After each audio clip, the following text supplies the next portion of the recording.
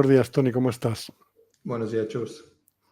Mira, vamos a hablar un poco de los vínculos obvios que hay entre la inteligencia artificial y el turismo. Y para empezar, una pregunta a lo mejor un poco plana, para ir incrementando luego a otras más cosas más específicas. ¿Cómo puede la IA contribuir a impulsar la actividad turística?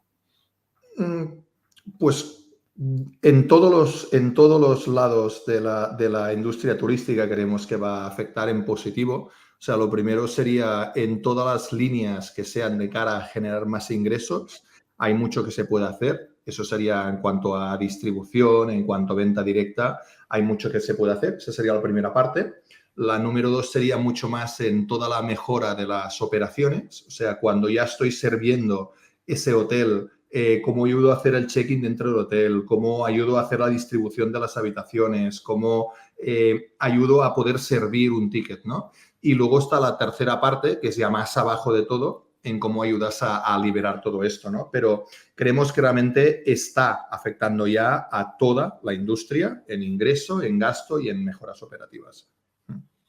Lo que sucede con la inteligencia artificial ya nos ha pasado otras veces. Cuando llega una tecnología nueva, se genera un cierto halo de muchas expectativas y un cierto halo como de magia, y luego con el tiempo se va depurando y se va viendo lo que realmente es y lo que no es, pero se pretendía que podía ser. Podemos ya, ahora que ya lleva un tiempo corriendo todo este asunto, empezar a situarlo en el suelo y decir, mira, esto lo va a hacer, pero esto otro que habéis visto en una película, no. De hecho, de hacerlo, lo va a hacer todo. El tema es en qué horizonte temporal, ¿no? Claro. La inteligencia artificial, siempre decimos lo mismo, parece que nos la hayamos inventado en noviembre del 12, perdona, pero en verdad lleva por lo menos desde 1950 y pico, desde los principios de la informatización, que ya se estudiaba inteligencia artificial en las épocas del Commodore. Es muy antiguo. Cualquiera que haya hecho ingeniería te dirá que eso lleva todo el tiempo existiendo. ¿Se va a hacer todo? Todo, seguro. ¿En qué horizonte temporal? Esa es la pregunta realmente, y esa es ¿no? Eres periodista, siempre decía, no, los periodistas van a desaparecer. Bueno, de momento hay unos cuantos y parece que hacen falta más. Entonces, acabará afectando en todos los sectores, seguro. La pregunta es, a lo mejor tarda 5 años, a lo mejor tarda 50, a lo mejor 500. Sí, pero todo lo va a cambiar, esto seguro. Vale. Como 500 años nos cae un poco lejos. Yo es que precisamente tenía una pregunta en esta línea preparada. Era, el horizonte de la IA es corto, porque esto se está viendo, ¿no? Y la pregunta era, ¿veremos cambios importantes en poco tiempo? Así que, bueno, ¿qué te parece si situamos esta década y de la siguiente ya nos ocuparemos cuando llegue? Me encanta la inteligencia artificial, ¿eh? No lo veo en esta década. O sea, creo que en los siguientes 10 años habrá cambios. De hecho, ya los estamos viendo y de hecho ya hace más de 10 años que lo vemos, como decía, pero el impacto real llegará mucho más a largo, ¿no? Lo que está pasando es que hubo como una sobreexpectativa hinchada por todo consultoras que decían que esto iba a cambiar y había un conflicto de agencia en que quisieron decir a todo el mundo, vendiéndole horas de consultoría para ello, pero la realidad es que ya lo vemos tiempo que eso está ocurriendo y seguirá ocurriendo en 10 años, pero a lo mejor tenemos que bajar las expectativas durante los 10 siguientes años y pensar que el impacto será mucho mayor entonces, ¿vale? Pero yo te diría, aterricémoslo y bajemos el suflé al respecto. Vale, entonces siendo un poco más sensatos, ¿cómo se está empleando ya a día de hoy la IA realmente? ¿Y qué resultados empezáis a ver que está ofreciendo? He entendido la cuestión que me has dicho, que desde los años 60 en realidad esto ya lo hay, sí, pero ahora ha habido una cierta revolución en la máquina, ¿no? Hacia adelante. Entonces, ¿cómo se está ya viendo el efecto? Los grandes cambios y revoluciones normalmente no vienen por una sola revolución, ejemplo el ferrocarril, sino siempre acostumbra ser por la conjunción de dos tecnologías al mismo tiempo. En este caso tenemos la inteligencia artificial, que como digo había sido lineal, más un tema que nos movemos, sin ir muy técnico, de CPU a GPU. Básicamente la capacidad computacional crece mucho, ¿vale? Como hay mucha más capacidad de procesos, vemos que se acelera, pero, hey, tranquilos, que tampoco hay Ejemplos, ¿no?, de esto que estamos diciendo. Antiguamente tú tenías en el sector del periodismo reporteros que se iban a la manifestación tal en Colón a coger la información. Hoy en día todo esto ya lo hace la gente, Twitter, tal, y desde la redacción, de forma mucho más pausada, escribimos artículos que son mucho más reflexivos. Entonces, el humano hace mucho más la labor de poder trabajar y madurar todo esto, pero la inmediatez en el sector periodismo ves que se ha traducido en esto, ¿no? En cuanto a tecnología en turismo, veíamos que durante muchos años había lo que se llama el revenue management, ¿no? Tal habitación que tiene un precio rack de tarifa de 100 euros, pues se puede vender a 98 o a 114. Y eso tiene impactos brutales, ¿no? Entonces decías, hey, si subo 3 euros, ¿cuál es el impacto en ventas, en bottom line, y al mismo tiempo cuánto me bajan las ventas, ¿no? Lo que se llaman sensibilidades al precio. Esto lo hacíamos en un Excel y hacíamos A/B test multivariante de forma, ¿qué pasa? Hoy en día esto vemos en esto en concreto que ha crecido mucho. Bueno, pues es algo que realmente ya lleva 5 o 10 años que está ocurriendo, ¿no? En generación de contenido, eres una cadena hotelera y vendes hoteles en Fuerteventura y antes escribir un texto de 1000 palabras de Fuerteventura te lo hacía un periodista interno o lo externalizabas y esto valía mucho dinero. ¿Qué pasa? Fuerteventura lo hacías, pero a lo mejor Corralejo ya no, ¿no?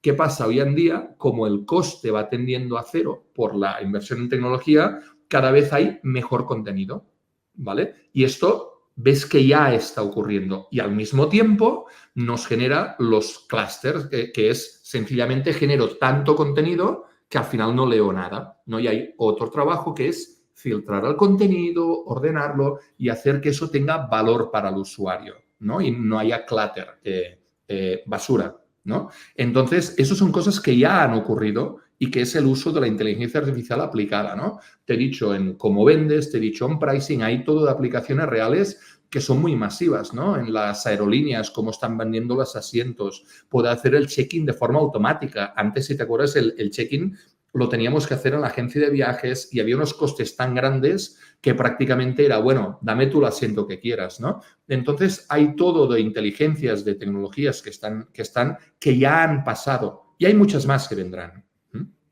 No sé si te contesta, Chus. Perfectamente, pero ahora hay una pregunta mucho más directa y relativa a tu propia actividad. En todo este contexto que hemos estado ahora describiendo, ¿cuál es el papel de las empresas Travel Tech en la aplicación de todas esas posibilidades de la IA más las que vendrán? Travel Tech va a afectar en todo lo que estamos viendo. O sea, las empresas de Travel Tech es toda la industria que hay alrededor de las cadenas hoteleras, de los grandes operadores, Portaventuras y compañía, de las aerolíneas, ¿no? Estas son las que hacen el movimiento de los assets, ¿no? Que es lo más difícil y lo que tiene más deployment, más inversión de capital. Pero detrás de ellas hay todo de tecnologías de este tipo que son masivas y de cada vez más uso, que harán más falta, ¿no? ¿Cómo haces tu pricing de tu cadena hotelera, de tu hotel, de tu attraction, para que sea el óptimo, ¿no? El pricing, ¿cómo lo optimizas? Tu cadena de distribución, ¿cómo la optimizas? La distribución del producto, la paquetización del producto, todas esas tecnologías que van alrededor, que muchas veces ganan más dinero incluso que la propia aerolínea, ahí hay mucho por hacer, ¿no? Y entonces esto, integrado verticalmente, hace que la propia aerolínea, la propia cadena hotelera, cada vez gane más dinero.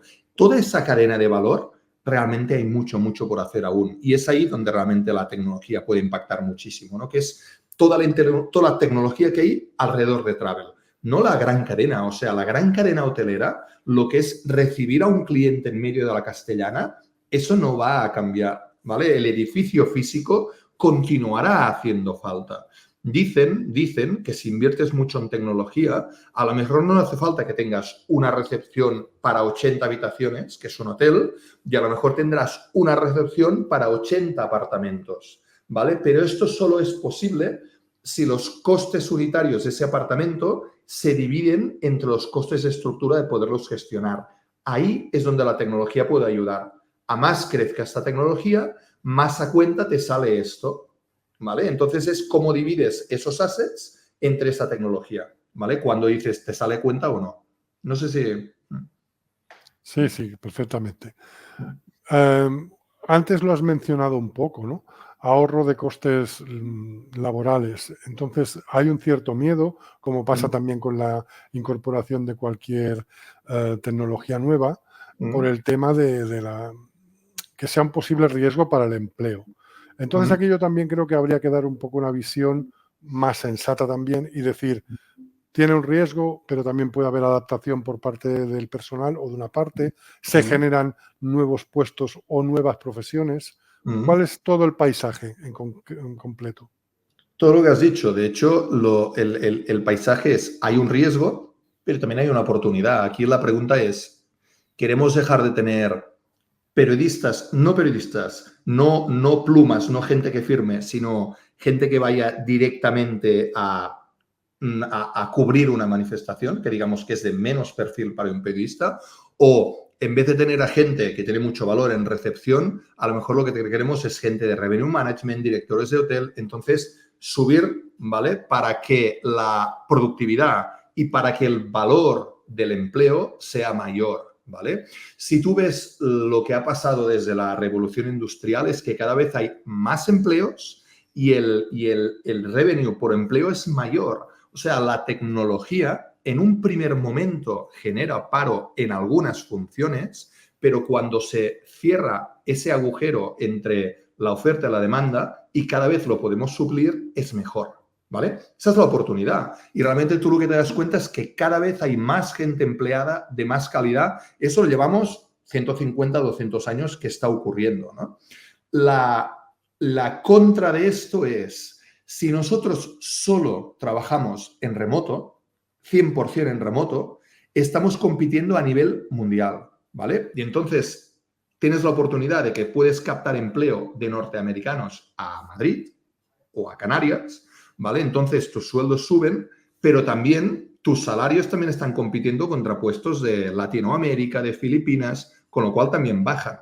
Entonces, si no tenemos un efecto clusterización, esto es la ventaja de como en Mallorca tenemos muchos más trabajos, esto hace que mucha más gente se beneficie. Si vamos 100% en remoto, lo que vamos haciendo es una tendencia a primero una subida, pero después una bajada, ¿vale? Entonces, ¿habrá una mejora del sueldo? Sí. ¿Habrá mejores empleos? Sí. Pero hay una frontera entre el momento en que ocurre la demanda de empleos y cuando nuestra empleabilidad ha sido capacitada, que es desestructurar y son bajadas. Y entonces esos gaps son el problema, ¿vale? Y España, además, es un mercado que no es especialmente flexible en su mercado, ¿vale? Tenemos mucha protección y al mismo tiempo tenemos mucha poca velocidad en adaptar, en formarnos, ¿vale? Entonces decimos, hey, yo con 18 años me formé, ahora tengo 40, ahora tengo 50, ahora tengo 60, yo ya me formé. Hey, a lo mejor te tienes que estar formando toda la vida, ¿no? Pero cerrar ese gap es importante, porque si lo hacemos, todos cobraremos mucho más dinero, pero tenemos que cerrar ese gap entre lo que la gente está buscando y nuestras capacidades actuales. Trasladándonos un poco al ámbito que realmente nos ocupa ahora, que es el del Ágora, la tercera edición del Ágora de Turismo Sostenible, ¿cómo contribuirá la inteligencia artificial a la sostenibilidad turística? En todo, en verdad. Lo que estamos viendo es que los mayores problemas que tenemos hoy en día, yo básicamente los agruparía en dos, que es lo que se llaman en economía externalidades. Lo primero, precisamente, es ese paro estructural o esos bajos salarios. Eso viene determinado porque no nos estemos, generando oportunidades, que si nos adaptamos a esas oportunidades, acabamos generando nuevos salarios de más calidad, ¿no? Pero ahí hay muchísimas oportunidades en cuanto a formación para cubrir esa nueva demanda de nuevos puestos, que eso es una oportunidad brutal para España como país y para el turismo, que no deja de ser los mayores generadores de turismo, de trabajo del país, ¿no? Esa es una oportunidad espectacular. Y la segunda, que viene derivada también del turismo, esta vez como origen, como destino, es que lo que vemos es que hay mucha gente que quiere vivir en el medio de Madrid, en la Castellana, pero además que no hagan eventos, que no vengan turismos y que sea tranquilo como si viviera en el campo, ¿no? esto es verdad que es como un poco una disonancia cognitiva, de decir, hey, si tú quieres vivir en el centro de la ciudad, pues vendrá con una serie de problemas, ¿no? Y por otro lado, es verdad que en sitios donde el turismo ha venido a posteriori de esas fincas, que lo que tiene que haber es una redistribución de ese turismo para que llegue con mucha más capilaridad, ¿no? Hey, si todos llegamos a Madrid, ¿por qué no vamos a visitar Teruel, Segovia, Salamanca, que son sitios con cierta cercanía que sería fácil de redistribuir y además beneficiarían, ¿no? Entonces tenemos los dos factores. Uno es decir, hey, ¿cómo podemos hacer que ese turismo sea más beneficioso? Y número dos es cómo podemos hacer que realmente la gente, los trabajadores, se beneficien con más salarios y con mejor productividad. Tony, hasta ahora hemos hablado en esta parte de explotar cosas del turismo que ya conocemos. ¿Cómo puede la IA contribuir a mejorar esos aspectos? Perfecto. Y yo ya para despedir quería dar una vuelta de tuerca sobre ello y es preguntarte si la IA también nos ayudará a identificar nuevas oportunidades de ser sostenibles en el turismo. Cosas que a lo mejor hasta ahora son impensables o nos ayudará a descubrir campos nuevos.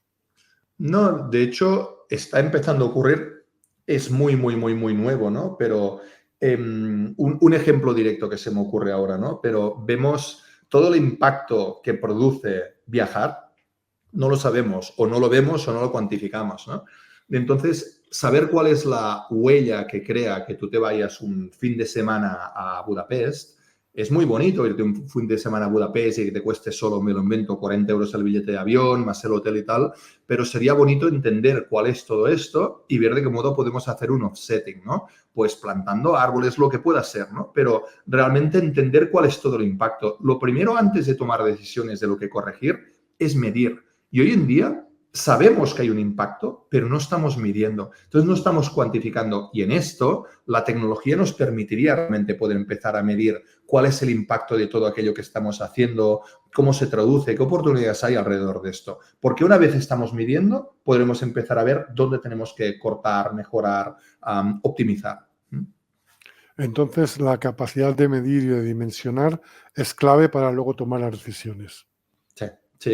Si no estás midiendo, estás haciendo las cosas por intuición y por corazón, cosa que hace falta, ¿vale? Pero además de intuición y corazón, miramos y sepamos si aquellas decisiones que estamos tomando, además de que sean bonitas y necesarias, vemos que realmente tienen un backup en cuanto a cuál es el motivo que han llegado a tomar esa decisión. Y eso es muy importante hacerlo también. Con esto que acabas de decir, de que también hay que tomar las decisiones un poco con el corazón y con los datos, me sugiere que realmente el futuro va a ser una mezcla entre inteligencia artificial e inteligencia humana natural. Dime que es así, por favor.